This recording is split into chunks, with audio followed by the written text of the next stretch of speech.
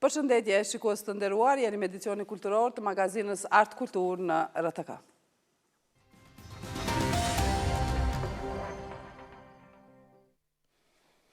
Gjuha në fokus, hulumtime dhe reflektime është libri më i ri, një botim i cili sjell një qasje të thelluar dhe gjithëpërfshirëse mbi gjuhën shqipe, duke e parë atë nga këndet të ndryshme shkencore, kulturore dhe kombëtare. Ky libër është një kontribut i çmuar jo vetëm për studiuesit e gjuhësisë, por edhe për të gjithë ata që kanë interes për zhvillimin, pasurinë dhe sfidat e Shqipës.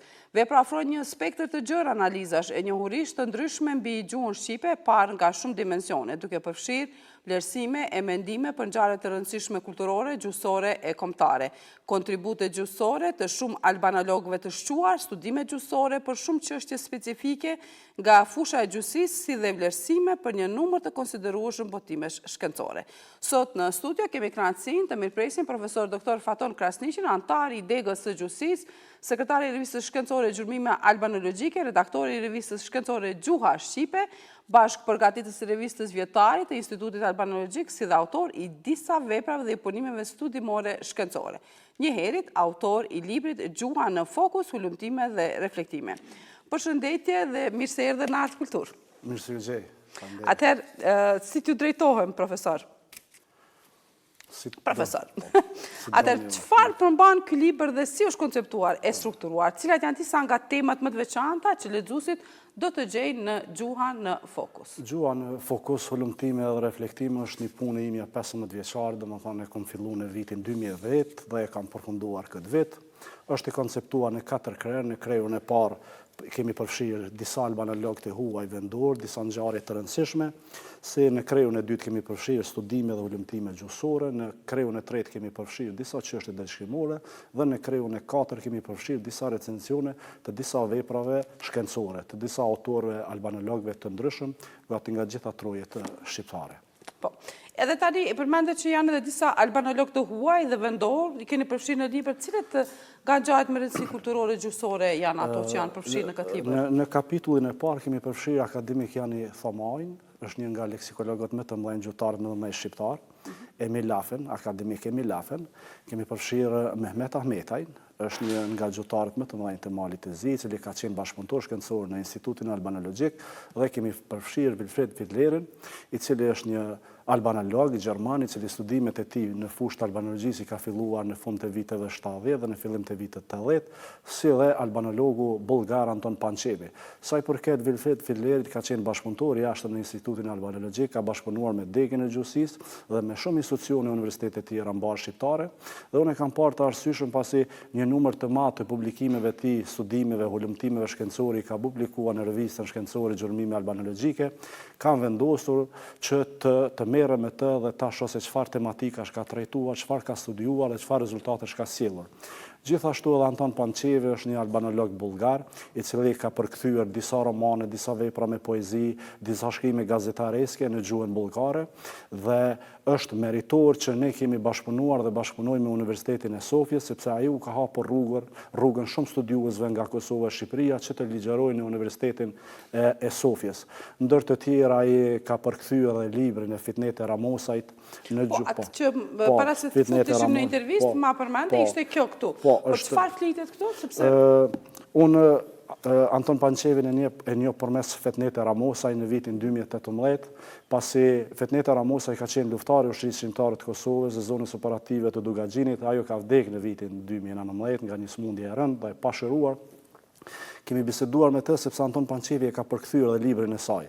Dhe është përmes këtij libri ka marrë informacione. Ai libri që ke aty, a ke mundësi ta mbash këtu? Se është i shkruar në gjuhën bullgare. Po, është në gjuhën bullgare, është organizatat ekstremiste serbe në Kosovë, se kjo ka botuar një seri rreth masakrave dhe krimeve që kanë kryer serbët në Kosovë. Fitnete Ramosaj. E Anton Pançevi është albanolog që ka përkthyer shumë libra dhe ka bashkëpunuar me ne. Tashtu ne kam ndjerë edhe si amanet dhe si përgjegjësi me Fitnetën, se më pa thonë qysh në atë kohë që Faton duhet bëjmë diçka, mbasi Anton Pançevi, profesor Antoni, ka bërë për ne dhe ka përkthyer dhe ka shpërndar në katedrën e historisë librin tim për organizatat ekstremiste në Kosovë, atëherë vendosa që t'ja kushtoj një punim studimor Anton Pançevit për bibliografinë e tij, biografinë e tij, si dhe studimet e tij në fushë të albanologjisë dhe të përkthimeve. Kështu që ai punimi im është në librin Gjuha në fokus, hulumtime dhe reflektime, dhe besoj që lexuesit që e kanë në dorë dhe do ta marrin këtë libër e shohin që ai ka dhënë një kontribut të jashtëzakonshëm në fushën e tash në kapitullin e dytë jeni marrë me shumë llojshmërinë gjusore në Kosovë, por edhe në statusin zyrtar të gjuhës shqipe në Republikën e Malit të Zi dhe të Maqedonisë së Veriut. Çfarë mund t'na thuash më shumë? Në kapitullin e dytë, e thatë edhe ju, jam marrë me shumë gjuhësim. Në Kosovë përdoret disa gjuhë, kemi disa gjuhë zyrtare nëpër komuna dhe kanë të drejtën e plot dhe shumë komunitete që janë fare krejt pakicë ose nuk e arrin numrin 5% të tyre, por janë të përfaqësuara në nivele komunale, kanë të drejtën e zbatimit të gjuhës, kanë shkollat e tyre dhe për dallim nga gjuha zyrtare që flitet në Malë të Zi në Republikën dhe Maqedonisë e Veriut, atje shqiptarët du të arrijnë shifrën 20% që ta kenë gjuhën shqipe gjuhë zyrtare. Dhe si shkas ka ndodhur kohën e fundit, si shkas të këtij punimi dhe këtij studimi që unë jam marrë, kohën e fundit janë largu shumë tabela dhe mbishkrime në gjuhën shqipe, si në Malë të Zi, sidomos në rajonin e Plavës, Gucisë dhe Rrazhajës, por edhe në Maqedoni, në rajonit e Tovës, së Shkupit, e Trevat ka janë shqiptarë. Dhe unë e kam bërë një krahasim gjithëpërfshirë se ku jemi, si po i vlerësojmë një komunitetet gjuhësisht, si po i trajtojmë këto komunitete gjuhët e tyre zyrtare dhe si po na trajtojnë të tjerët. Do të thonë, është një dallim shumë i madh sepse ne kemi një kushtetues shumë demokratike, i njohim gjitha komunitetet, gjuhët e tyre zyrtare nëpër komuna ku e rrin ato 5%, komunitetet kanë zbatueshmëri edhe në kuvende komunale dhe kanë shkollat e tyre në gjuhën e tyre, por e njëjta nuk ndodh në Republikën e Maqedonisë së Veriut. Ata duhet të arrijnë këto mbishkrime të rrugëve, shkollave, të kenë gjitha ato çështjet administrative, gjuhësore, vetëm ku arrin shifrën mbi 20%.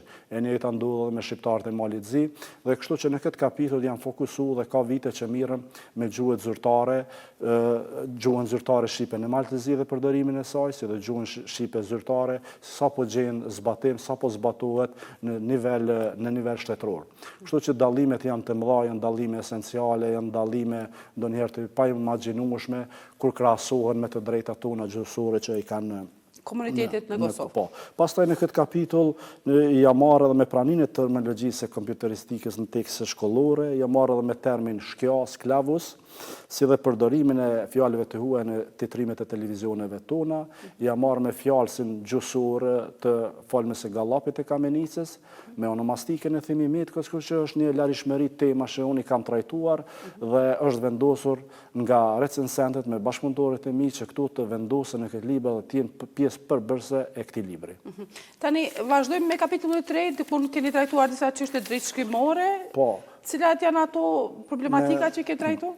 Çështje drejtshkrimore jam marrë me mos respektimin e pjesës mohuese se në disa shkrime mediale, gjithashtu me ngatrimin në tastier shkroni so me numrin 0, mos respektimin e vizës lidhëse, që kryesisht janë tema që lidhen me drejtshkrimin e gjuhës shqipe, si dhe përdorimin e bashkëtingëllores z, që tani po e zavenson bashkëtingëllorja k dhe s. Këto problematika ne e vrejmë gjithkund, ndoshta një njësi matëse e kësaj janë edhe televizionet, ndoshta janë edhe rrjetet sociale më shumë se televizionet, sepse aty e shohim që gjuha shqipe nuk gjen një zbatueshmëri, nuk përfillen normat, nuk shënohet shkronja ë si duhet, nuk shkënohet shkronja k z-ja si duhet, k-ja e zavenson k dhe s e zavensojnë z, dhe ka në fakt është një temë cilën unë e kam trajtuar, por besoj që është trajtuar nga të tjerët në mënyra të ndryshme. Dikush ka trajtuar këtë problematik nga shkruasi tek shkrues në rrjetet sociale, dikush në shkrime të ndryshme mediale e tjerë, po është një problematik që neve na përcjell vit pas viti dhe po vazhdon të jetë e pranishme në gjitha këto rrjete sociale nga shkrues tek shkrues të ndryshëm. Po, profesor, ose Faton, nëse mund të drejtohem kështu. E përmende një, më duk mjaft interesante, shkronja Z po zëvendësohet nga K-ja dhe S-ja? Po. Ks. Si për shembull, kur e kemi fjalën box, express, Express Air dhe Box e tjerë janë disa shembuj që po e zavenson. Kjo është edhe një ndikim nga anglishtja, sidomos të rinë gjimnazistët ose fillorisët që shkruan, u vjen ma lehtë. Po dhe të tjerë, sepse kanë rënë ndikimi, e sheh njëri pas tjetrit një shkrim që shënohet atje dhe mendohet që realisht gjuha shqipe është gjuhë ekonomike, po gjuha shqipe ka shkruanet e saj dhe duhet të gjejë zbatueshmëri. Çdo shkruan e saj të shkruhet ashtu, siç e kemi mësuar dhe siç është dhe ajo të zaventohet me shkronja të tjera. Kjo bën nga ndikimi i gjuhëve të tjera. Unë e di një gjë, shtetet tjera skandinave ju e dini se e kanë alfabetin e saj, por ata nuk pranojnë tastier nga shtetet tjera kur importojnë nga Kina apo diku tjetër, që tastiera duhet të formatuohet dhe të jetë në sistem dhe të jetë në kontinuitet me alfabetin e tyre. Dhe kështu ata e kanë më të lehtë të shkruajnë. Për shembull, te ne në Kosovë, sidomos zanoria nuk gjejnë, nuk përdoret as e zavensoneja. Jo vetëm në shkrimet e rrjeteve sociale, po edhe shkrime gazetareske dhe publicistike, letrare gjusore, për arsye se dikujt i vjen ma lehtë dhe ka më vështirë të instalohet apo ta përdor këtë. Pikrisht. Në rubrikën recesione, cilat vepra dhe cilat autor i keni përfshirë? Në rubrikën recensione ka vite që shkruajnë, vazhdimsi veprat posa dalin, i marrim, lexojmë në komuniteti i albanologëve, gjuhëtarëve, secili e gjen veten të një vepër që i pëlqen, dhe unë kam filluar, i kam grumbulluar disa recensione dhe këto recensione që unë i kam vendosur në librin Gjuha në fokus, hulumtime dhe reflektive, përfshin veprën e profesor doktor Lindita Tahirit, Emin Krasniqit, të Begzat Baliut, Naim Berishës, Sedi Gashit, Shpresi Ismailit, Mehmet Ahmetaj. Gjitha këto janë monografi, janë libra shkencore që kanë kryer këta studiues studime të mirë fillta dhe me bazën e saj ne kemi kryer një vlerësim apo një recension për vepra përkatëse. Këto, si që thashë dhe më heret, nuk janë që janë shkruar dje, ka 15 vite që mblidhen dhe... Këtu do shta me dalë, tash sa gjatë ke punuar për këtë libër dhe cilët janë bashkëpunëtorë të vajshkëtësorë? Fillesat e parë se shkrimi i parë i recensionit të punimi studimor fillon në vitin 2010, po bën 15 vite që çdo vit grumbullojmë dhe i sistemojmë ato cilat janë më të mira dhe ato që i kanë vlerësuar recensentët. Sa i përket bashkëpunëtorëve të mi në degën e Institutit Albanologjik, në degën e gjusisë janë Naim Berisha, Abdurrahim Axhuni, Sedi Gashi, Vjos Osmani, Shpresa Ismaili, Adelin Selmani, Aferdita Dërmaku, dhe ne me këta bashkëpunojmë, kemi po dhe me degë tjera të letërsisë, të historisë, folklorit. Por këta janë kryesisht, ndërsa sa janë bashkëpunëtorë të mirë recensent të këtij libri janë Abdurrahim Axhuni dhe Naim Berisha, ata janë cilët e kanë vendosur që ky libër të duket kështu dhe ata janë cilët janë marrë me kritiken, sugjerimin, këshillat dhe vërejtjet e tyre për të qenë ky libër që sot ne kemi në duart tona dhe për cilën flasim edhe në media dhe në rrjetet tjera. Unë besoj që është bërë një punë e mirë, një punë 15 vjeçare, një punë me përkushtim, angazhim dhe gjithmonë me bashkëpunëtor profesional me ata që njohin fushën, me ata që kanë njohuri në fusha të gjuhësisë, të leksikologjisë, dialektologjisë, semantikës, morfologjisë, fonetikës dhe rezultati është ky. Ne do të vazhdojmë me punë dhe me angazhimet tona tjera profesionale, me studime, që mendoj që në të ardhmen e afërt, jo të largët, do ta kemi përsëri, sepse në vazhdimsi duke shkruar edhe punime studimore, hulumtime, kritika, recensione, gradualisht ato grumbullohen dhe kjo është puna jo në Institutin Albanologjik, jo vetëm e imja, po gjithë punonësve të institutit. Ne kemi një rregull që çdo 4 vite duhet botohet një vepër me përmbledhje punimesh dhe çdo 4 vite duhet ta botosh një monografi. Unë e kam botuar monografin, tash e kam këtë vepër dhe vitin e ardhshëm e kam veprën për Adem Demaçin. Veçori leksikore stilistike në krimtarin letrare të Adem Demaçit, kështu që vazhdojmë pandal. Po, do më thënë vazhdojnë edhe me veprat e tjera. E tani, profesor, ne sigurisht kemi edhe shumë për të diskutuar për veprën, por brenda minutave që i kemi të rezervuara nuk mund të futemi në hollësi dhe në detaje.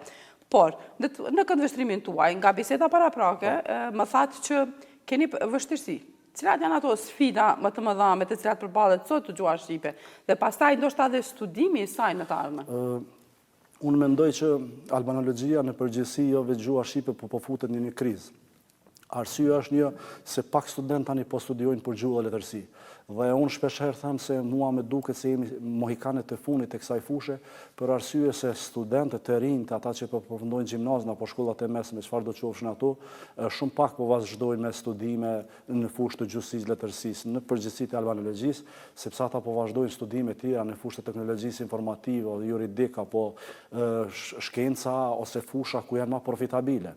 Dhe tani, nëse bjen numri i studiuesve të gjuhës shqipe në studime themelore dhe master, atëherë do të kemi vështirësi. Ne në degën e gjuhës shqipe jemi 8 punonës shkencor, jemi 4 meshkuj dhe 4 femra, por kemi vështirësi për arsye se shumë fusha ndoshta nuk mund të mbulojmë, kemi nevojë për më shumë punëtor, sepse përveç kësaj ne kemi edhe punë shtesë, merrem me redaktura, me lektura, me recensione, hiç punës tonë ditore, sepse në bazë të një organogrami e dim gjatë tërë vitit se sa dhe çfarë kemi të punojmë. Kështu që ne kemi nevojë shtesë për punonjës të ri që të jemi gjithë bashku dhe të arrijmë me punë dhe të arrijmë rezultatet e tjera në fushën e albanologjisë. Por mund të them që albanologjia në përgjithësi është në një krizë. Nëse mund të bëjmë një pyetje të përgjithshme, çfarë prisni që ky libër t'ju ofrojë lexuesve të rinj, studentëve dhe ndoshta edhe publikut më të gjerë? Unë mendoj që ne e kemi ndjek një model të revistave tona që botohen në Institutin Albanologjik, si revista Gjuha Shqipe, revista Gjurmime Albanologjike, dhe cili do student që i fillon studime themelore, është një vepër e mirë sepse e shen një model se si punohet që nga titulle abstrakte, fjalët kyçe, fjalët kryesore, përmbajtja, mbarshtrimi deri te përfundimi e literatura. Domethënë është një diçka që ai e merr këtë libër, lexon dhe e sheh se si duhet të punohet një punim studimorës, si të shkruhet një recension. Sepse edhe ne paranesh, edhe profesorët tanë që kanë qenë paranesh, kanë punuar me këtë model dhe ne vazhdojmë të punojmë me këtë model. Është një model avantgard, mund të them ndoshta edhe klasik, aty këtu, por është një model i mirë, është një qasje e mirë, sepse ne ndjekim hapat atyre që bëjnë shkencë të mirë, që janë hap me shkencën dhe vazhdojmë pas tyre. Mendoj që edhe tjerë dhe studiues tjerë mund të gjejnë punime cilat atyre ju përshtaten apo kanë një ori sepse kemi një largëshmëri temash dhe secilën fushë kemi prekur nga pak dhe secili mund të marrë ndonjë informacion. Ne jemi munduar që libri të jetë i konceptuar në atë formë që jo vetëm gjuhëtarët të marrin informacione ose letrarët, po të ketë edhe për qytetarin e thjeshtë, siç e përmend Vilfrid Hilerin që pak në jetë në Kosovë. Anton Pançevin për kontributin e tij, gjithatë kontribut që e ka dhënë për përkthimet të romaneve, të veprave, ka marrë pjesë tek ne në treza shkencore, në seminare shkencore, në javën e albanologjisë që organizohet në Institutin Albanologjik dhe njerëzit e krijojnë një bindje dhe shohin që ne kemi bashkëpunuar dhe vazhdojmë të bashkëpunojmë me ta. Ose Vilfrid Hileri e kemi asistentin e tij, Dieter Neheringu, i cili vjen her pas here dhe boton shkrimet e ne dhe kemi një urlidhëse me ta. Do të thotë nga kjo mund të kuptojmë që albanologjia ose dega e gjuhësisë, letërsisë dhe degë tjera, kanë një urlidhëse me gjithë studiuesit të Evropës, të rajonit, Ballkanit, Evropës dhe me gjërë. Faton, urime për librin, të dëshiroj sukseset më tejme edhe në projektet e tjera të cilat i ke brenda Institutit Albanologjik, por edhe si autor i pavarur. Faleminderit, ishte kënaqësi të kemi në intervistë. Faleminderit, kënaqësia imja, ju falenderoj për ftesën dhe ju dëshiroj punë të mbarë. Faleminderit.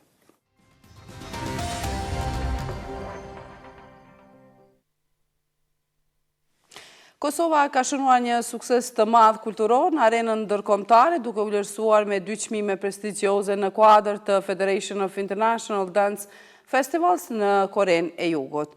Sipas një njoftimit të drejtoreshës ekzekutive të festivalit Newborn Kosova, Zymrie Grajçevci, festivali Newborn Kosova ju dha çmimi për festivalin më të mirë 2024, ndërsa vetë Kosova u shpërblye me çmime për vendin me aktivitetin më të mirë 2024.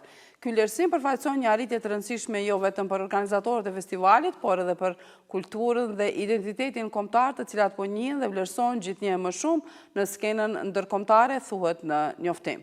Organizatorët kanë shprehur mirënjohje për të gjithë bashkëpunëtorët, institucionet, miq dhe artistët që kontribuan në këtë rrugtim, duke theksuar se këto çmime janë rezultat i përkushtimit dhe i besimit të përbashkët, thuhet mes tjerash në njoftim.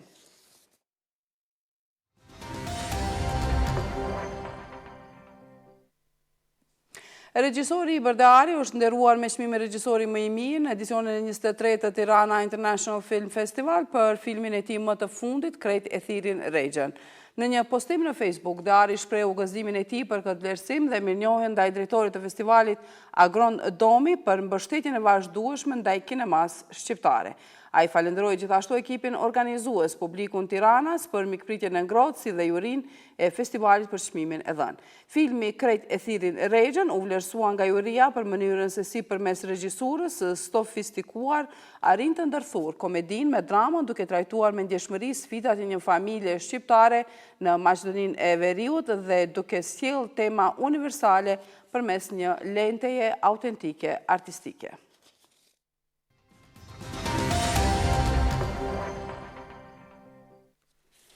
Pianisti dhe pedagogu Agron Shujaku ka botuar librin e tij më të ri me titull 21 këngë të dashura për piano, një kontribut i rëndësishëm në pasurimin e repertorit pianistik dhe ruajtjen e trashëgimisë sonë muzikore. Ky botim përmbledh një koleksion të veçantë për 21 këngësh që nga këngët popullore tradicionale deri te hitet e vjetra shqiptare të muzikës rock, të cilat kanë lënë gjumë të pashlyeshme në kujtesën kolektive dhe janë pjesë e identitetit ton kulturor. Përmes këtyre aranzhimeve, nxënësit do të kenë mundësinë të mësojnë, interpretojnë dhe përjetojnë një repertor të larmishëm duke ndërtuar një urë mes traditës dhe formimit artistik bashkohor. Promovimi i librit do të mbahet më 1 tetor në Kult Plus Cafe Gallery, ku do të pranishmet do të kenë rastin të njihen nga afër me përmbajtjen dhe qëllimin e këtij botimi.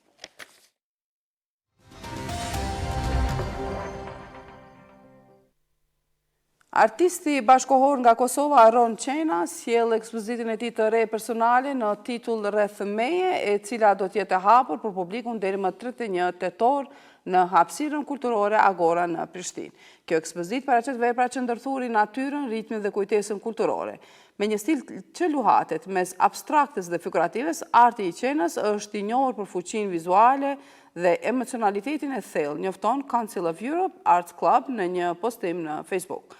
Lindur në vitet e 80-ta, që në formua në një periudhë të trazuar të historisë së Kosovës dhe ky sfondi ka dhënë veprave të tij një dimension të thellë emocional dhe reflektues. Ai ka marrë pjesë në ekspozita brenda dhe jashtë vendit, duke u bërë një zë i rëndësishëm në skenën e artit bashkohor shqiptar dhe ndërkombëtar, thuhet në njoftimin e Council of Europe Arts Club.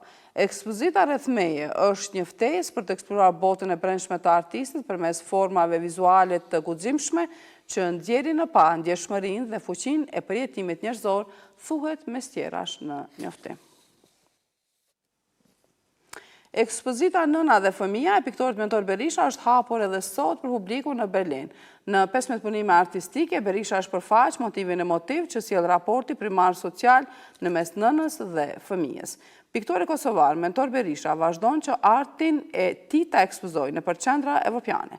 Brenda një harku kohor jo të gjatë, ai pas Madridit dhe Vjenës ka pas ekspozitën e tij personale edhe në Berlin, në galerinë e këtij qyteti Erster. Pikturat e Berishës dallohen përmes një qasje ekspresioniste. Ai përdor teknikën shpachtel me stilin alla prima për të krijuar tekstura të trasha që ngjajnë me skulptura të ngritura mbi sipërfaqen e kanvasës, një proces që jep veprave thellësi emocionale dhe plastike.